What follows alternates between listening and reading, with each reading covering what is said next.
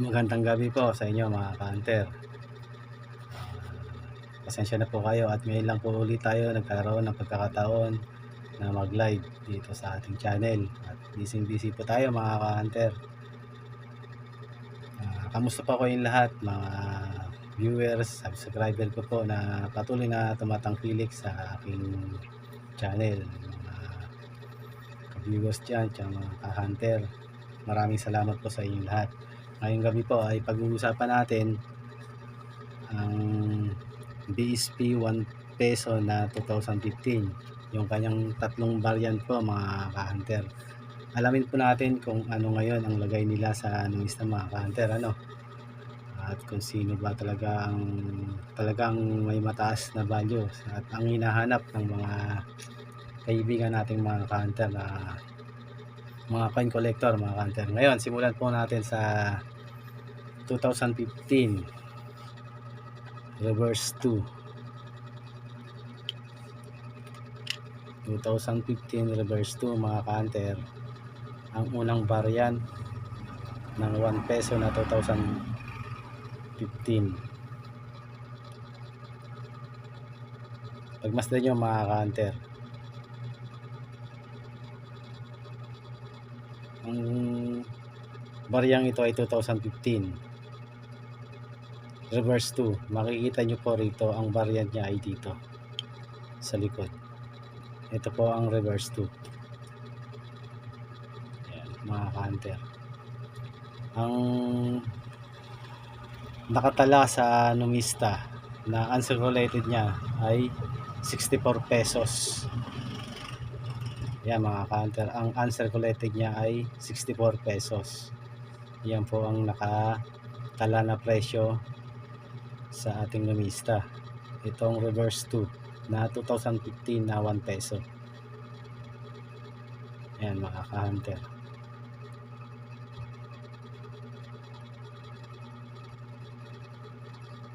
Lagi nyo pong tatandaan, sa reverse po tayo titingin mga ka-hunter. Ito ay reverse 2 2015. Uncirculated niya ay 64 pesos. Yan po ang reverse 2. Ngayon naman po ang pangalawang variant ng 2015. Yan po, halos pares lang po sila ng harapan ng reverse 2. Yan po.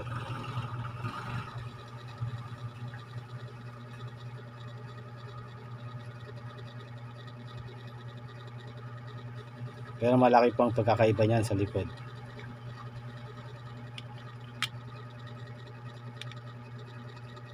Galing po tayo sa pintura kaya di natin nalinis ang ating kuko. Nagdoko tayo mga ka-hunter. Ayan po, nakita nyo yung inner circle po, yung cogwheel nya. Ayan po, yung mga ngipin ng cogwheel ay may maliliit po. Ayan po yung cogwheel. Samantalang ito naman po ang reverse 3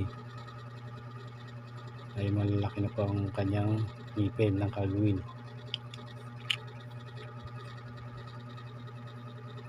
Ayan mga ka-hunter, nakita nyo malalaki na po. Tsaka ang kanyang named year na 1993, medyo malapit na po sa kanyang inner circle. Hindi katulad po nito. Madali lang naman po tandaan yan. Reverse 2, reverse 3. Maliit ang cogwheel ng reverse 2, malalaki ang cogwheel ng ngipin ng reverse 3. Ito po ang reverse 3 na pangalawang variant po. Ang uncirculated niya sa numista ay 45 pesos. Di hamak na mas malaki yung reverse 2 ang na-uncirculated, hindi po. Pero hindi po yan mga ka-hunter.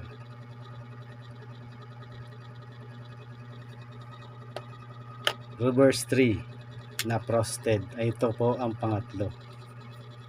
Yan mga ka-hunter.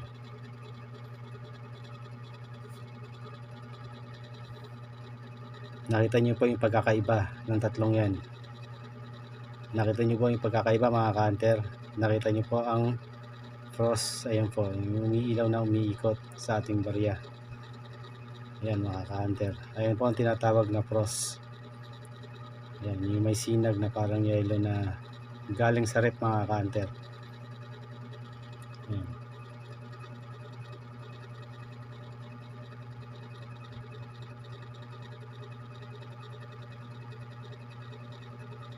Pag ginalaw mo, sumusunod siya mga ka-hunter.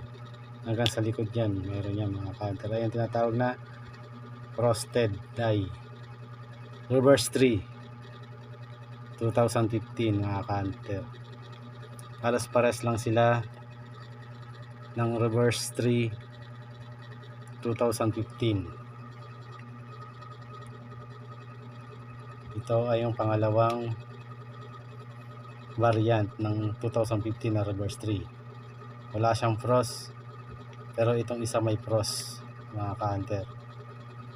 Yan, reverse frost tsaka reverse frost, kaya naging frosted frost po siya. Yan tinatawag mga ka-hunter. So wala, ito nakita nyo mga ka-hunter, wala siyang umiikot na ilaw. Ngayon, magkano naman siya sa numista?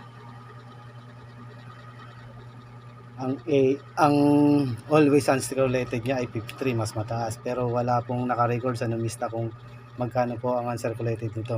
May siguro medyo may kamahalan po, ano, siguro mga 100 pesos na ang isa nito, o kaya almost ay 150 na po, kasi ito ay mahirap na po pong mahal ng mga ganitong barya mga ka-hunter, mga frosted 2015. Ayan mga ka-hunter, siguro pag meron kayo nitong magandang klase at uncirculated, pwede nyo ibenta ng 150 o 100 pesos, depende po sa pag-uusap nyo ng kausap ng collector. Yan mga ka-hunter.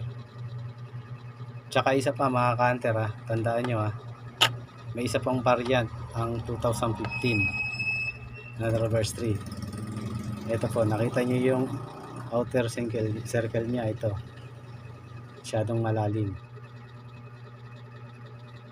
Yan po, malalim siya. 2015 po yan.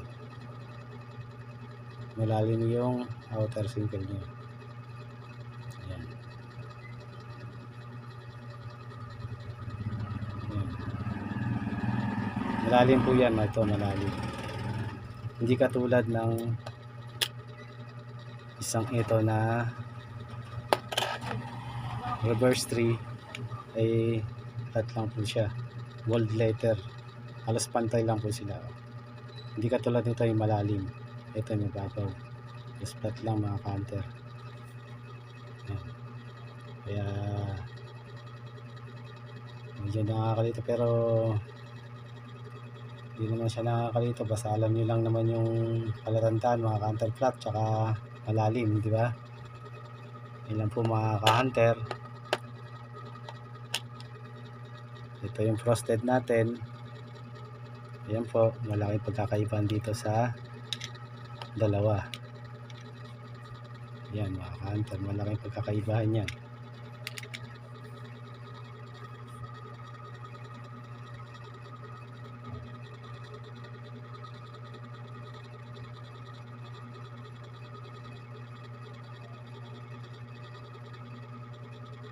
Ito yung mga ka-hunter, malaking pagkakaiba.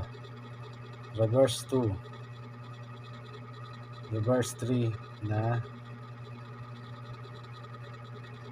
walang frosted, nakakasilaw ang ating ilaw. Yan.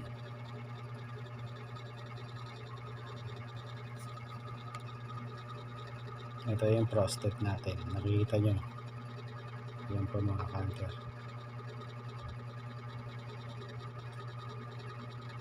Siguro mga ka-hunter, hanggang dito na lang po tayo. God bless po sa inyong lahat. Magandang gabi po at Merry Christmas sa nalalapit na Christmas po. Maraming salamat po sa inyong lahat sa pagsubaybay sa aking channel. Maraming salamat po.